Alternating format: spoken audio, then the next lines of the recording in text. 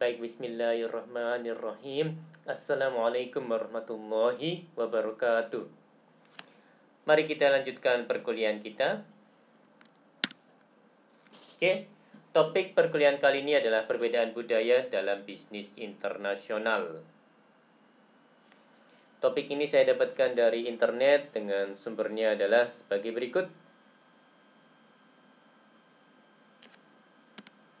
Oke, tantangan utama dalam melakukan bisnis internasional adalah untuk menyesuaikan secara efektif pada perbedaan budaya, seperti penyesuaian membutuhkan pemahaman dari keragaman budaya, persepsi, klise, dan nilai. Sesuatu hal baru yang tidak sesuai dengan kebudayaan suatu bangsa akan sulit diterima atau berkembang di dalam negara tersebut. Oke, prinsip-prinsip kinerja bisnis internasional yang sukses memerlukan cross-culture literacy. Ya, ini bagaimana memahami dan mengatasi perbedaan budaya.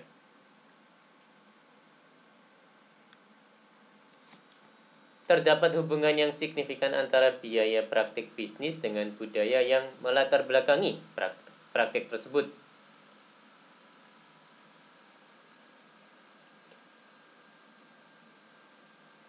Faktor budaya dapat membantu perusahaan mencapai keunggulan kompetitif.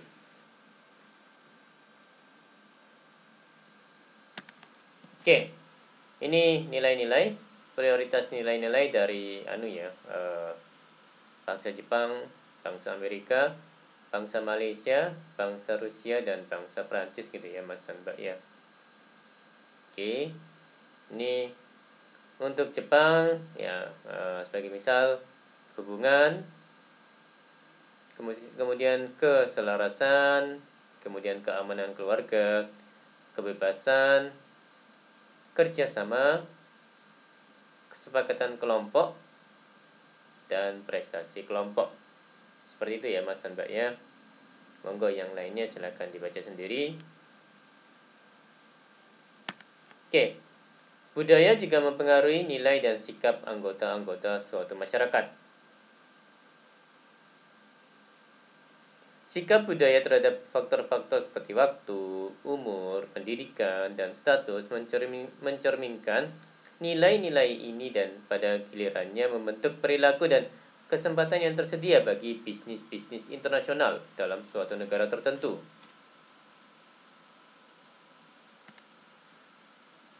Ya, ini nilai-nilai budaya yang diterapkan pada saat memulai hubungan bisnis ya. Bagi bangsa Amerika gitu ya. Poin-poinnya informalitas, kemudian keterbukaan langsung, kemudian berorientasi pada tindakan. Untuk yang Jepang, nilai-nilai budaya yang diterapkan pada saat memulai hubungan bisnis adalah keselarasan, hormat, mendengarkan, dan tidak emosional. Sedangkan untuk Arab adalah keselarasan religius, hospitalitas, dukungan emosional, serta status atau ritual.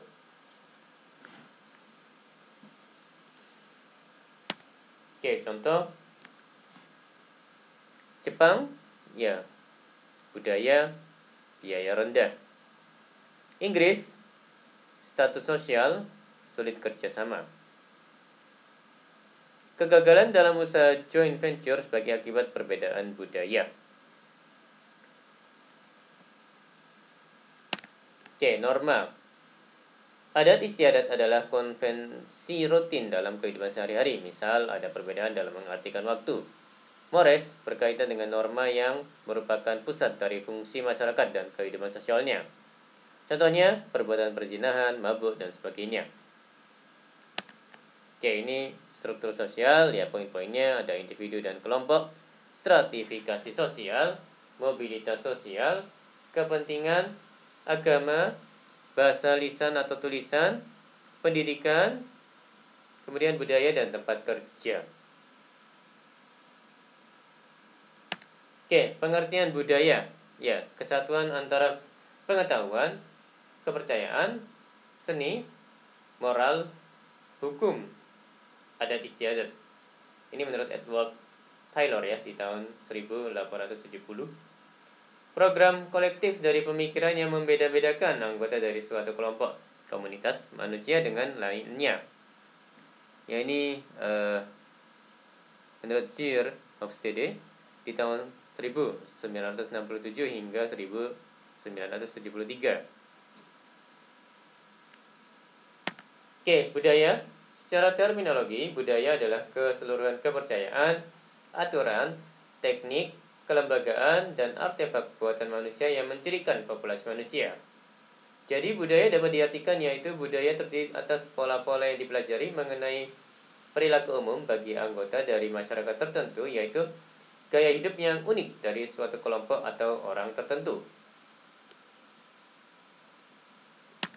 Oke, ruang lingkup budaya ada norma, ada istiadat, ada mores ya.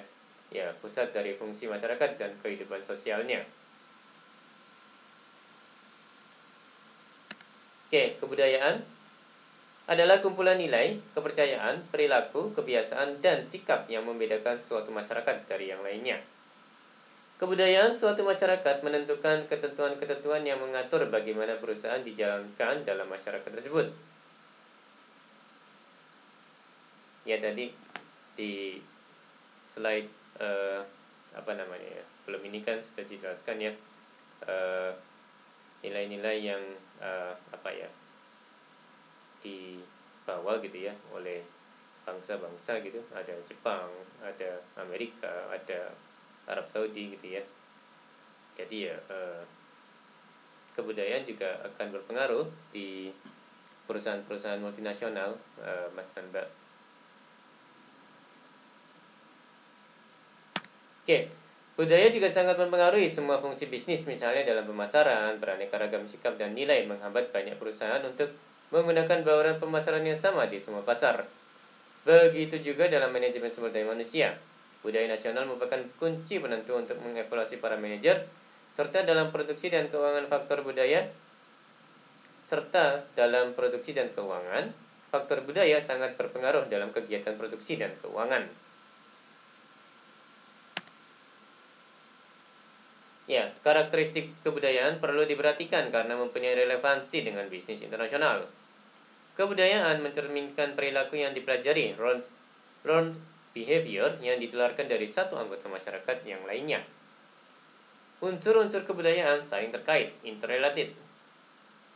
Kebudayaan sanggup menyesuaikan diri, adaptif.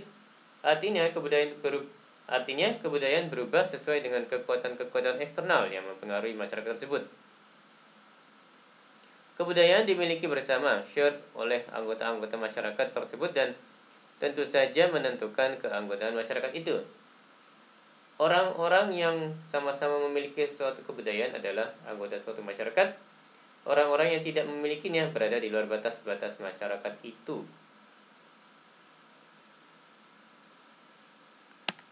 Oke, unsur-unsur kebudayaan. Kebudayaan suatu masyarakat menentukan bagaimana anggota-anggotanya berkomunikasi dan berinteraksi satu sama lain. Unsur-unsur dasar kebudayaan adalah struktur sosial, bahasa, komunikasi, agama, dan nilai-nilai serta sikap. Interaksi unsur-unsur ini mempengaruhi lingkungan lokal yang merupakan tempat bisnis internasional dijalankan. Oke, ini faktor penentu budaya ya. Jadi yang di tengah itu sistem norma dan nilai budaya ya, Mas dan Mbak sekalian. Jadi lingkaran-lingkaran dan lingkaran-lingkaran di luarnya ada struktur budaya, ada agama, ada politik, ada ekonomi, pendidikan, dan bahasa ya. Seperti itu Mas dan Mbak. Oke, pendekatan kelompok budaya. Pendekatan kelompok budaya adalah teknik lain dalam mengklasifikasi dan memahami budaya-budaya nasional dan kesamaan-kesamaan pendapat dalam banyak budaya. Dengan demikian mengurangi sebagian kebutuhan menyesuaikan praktek-praktek bisnis untuk memenuhi permintaan budaya lokal. Ya, mohon maaf. Suatu kelompok budaya terdiri atas negara-negara yang memiliki banyak kesamaan budaya walaupun juga terdapat perbedaan budaya. Ya, di perusahaan multinasional gitu ya, ya apa namanya ya, perbedaan budaya itu kemungkinan besar akan ada gitu ya, daripada perusahaan yang memang misalnya lokal gitu ya. Di perusahaan multinasional kemungkinan bertemu dengan perbedaan budaya itu akan lebih besar daripada perusahaan lokal gitu ya, Mas dan Mbak. Oke, komponen-komponen sosio-kultural. Estetika adalah sesuatu yang berkaitan dengan rasa keindahan, budaya, dan selera yang baik serta diungkapkan dalam seni, drama, musik, cerita rakyat, dan tari-tarian. Sikap dan kepercayaan selalu dimiliki oleh setiap budaya yang hampir seluruh aspek dari perilaku manusia dan membantu membawa ketertiban di dalam masyarakat dan individunya. Di antara beraneka ragam subjek yang dicakup oleh sikap dan kepercayaan, beberapa di antaranya sangat penting bagi para pelaku bisnis. Ya, termasuk sikap terhadap waktu, pencapaian pekerjaan, dan terhadap perubahan ya, Mas dan Mbak ya. Contoh, budaya on time itu apa namanya ya? Itu budaya budaya internasional, Mas dan Mbak. Jadi akan apa ya? Akan positif dimanapun ya, on time ya, insya Allah. Jadi baik di Indonesia maupun di luar negeri seperti Jepang, Polandia, ataupun Amerika Serikat maupun di Jerman gitu ya. Ya, on time itu bahasa universal. Jadi ya, mari on time dimanapun kita berada gitu nih, Mas dan Mbak sekalian. Sikap terhadap waktu menimbulkan lebih banyak persoalan adaptasi. Saya ulangi, sikap terhadap waktu menimbulkan lebih banyak persoalan adaptasi karena setiap negara berbeda dalam menyikapi atau mengartikan waktu. Ya, tapi kalau menurut saya on time akan bahasa universal akan menjadi saya ulangi lagi. Ya, sikap on time insya Allah akan positif dimanapun gitu ya. Jadi ya mari on time dimanapun gitu, Mas dan Mbak. Oke, sikap terhadap pencapaian pekerjaan seorang manajer akan berbeda tajam dengan budaya-budaya lain dibandingkan dengan budaya mereka sendiri. Sehingga mereka harus merekrut bawahan yang memiliki kebutuhan untuk maju, apapun motif yang mendasarinya. Sikap terhadap perubahan atau ide baru akan lebih diterima apabila dapat dikaitkan lebih dekat dengan yang tradisional, sementara pada saat yang bersamaan dapat menunjukkan keunggulan relatifnya terhadap yang tradisional. Dengan kata lain, semakin konsisten suatu ide baru dengan sikap dan pengalaman masyarakat, maka semakin cepat ide tersebut akan diadopsi. Agama adalah suatu komponen kebudayaan yang penting ya, kalau menurut slide ini. Bertanggung jawab atas banyak dari sikap dan kepercayaan yang mempengaruhi sikap dan perilaku dari manusia. Kebudayaan material merujuk pada semua objek buatan manusia dan berkaitan dengan bagaimana orang membuat benda-benda, teknologi, dan siapa membuat apa dan mengapa, ilmu ekonomi.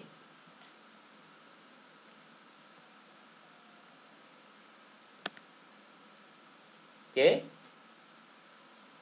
Pentingnya pengaruh agama bagi para pelaku bisnis. Ya, mengetahui prinsip-prinsip dasar dari agama-agama lain akan memberikan pemahaman yang lebih baik mengenai sikap para pengikutnya. Karena itu, agama adalah sebuah faktor utama dalam suatu pasar tertentu. Ya, pada realitanya agama mempunyai pengaruh yang mendalam pada dunia usaha.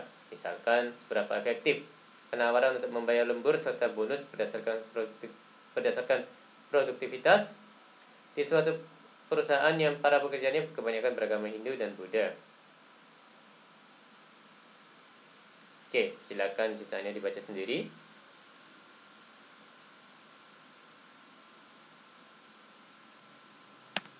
Oke, aspek-aspek budaya dari teknologi. Budaya material utamanya teknologi. Saya ulangi lagi. Budaya material utamanya teknologi adalah penting bagi manajemen yang bermaksud untuk melakukan investasi di luar negeri. Pemerintah negara asing telah semakin menjadi terlibat dalam penjualan dan pengendalian teknik. Teknologi seringkali memungkinkan perusahaan untuk memperoleh kondisi-kondisi yang unggul untuk investasi luar maupun dalam negeri. Teknologi dari suatu masyarakat adalah bauran pengetahuan yang dapat digunakan, diterapkan oleh masyarakat dan diarahkan kepada pencapaian tujuan ekonomi dan budaya. Teknologi adalah signifikan dalam upaya bagi negara-negara berkembang untuk meningkatkan taraf hidup mereka dan merupakan faktor vital dalam strategi persaingan perusahaan-perusahaan multinasional.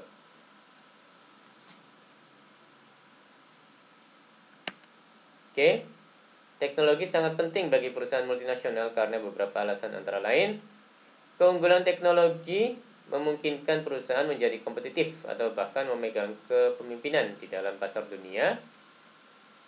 Kemudian keunggulan teknologi dapat dijual dengan lisensi atau kontrak manajemen atau dapat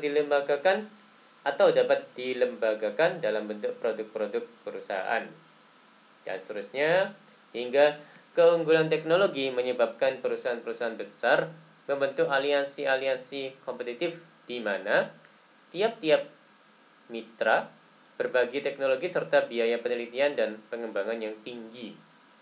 Ini dikenal dengan strategic technology leveraging, yaitu konsep penggunaan teknologi eksternal untuk pelengkap bukan sebagai pengganti teknologi internal. Oke, pengaruh budaya terhadap manajemen internasional.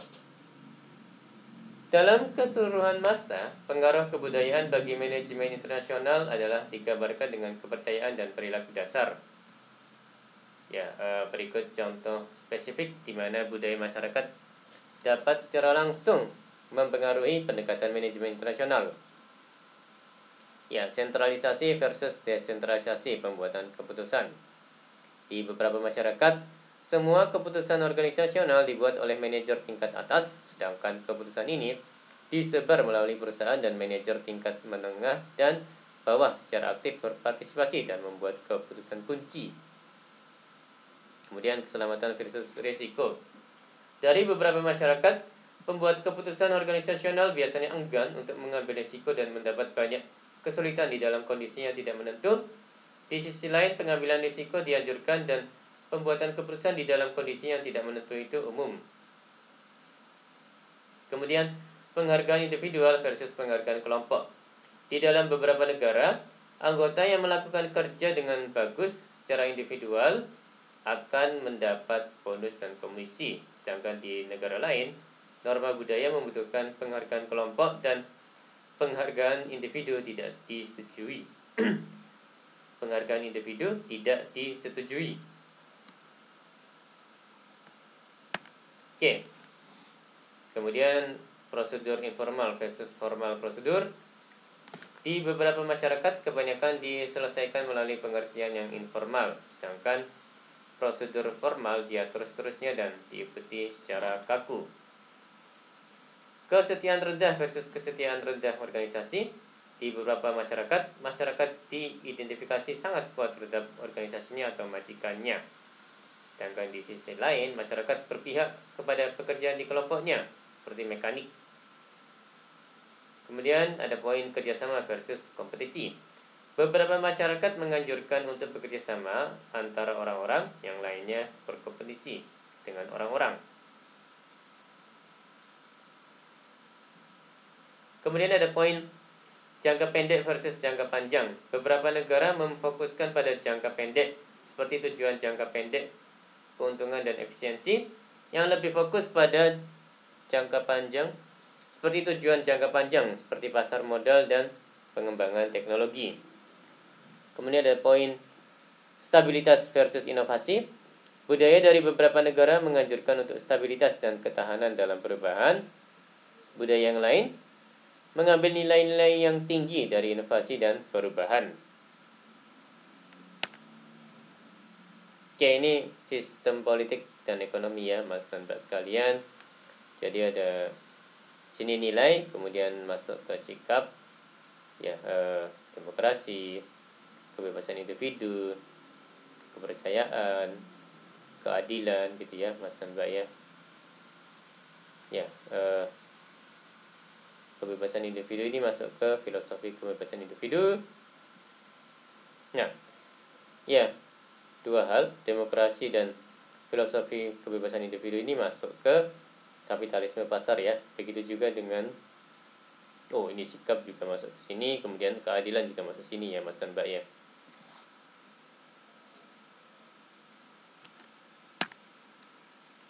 Oke, implikasi bisnis dari perbedaan budaya. Ya, kebutuhan memahami silang budaya. Ya, biaya untuk menjalankan bisnis dalam meraih keunggulan.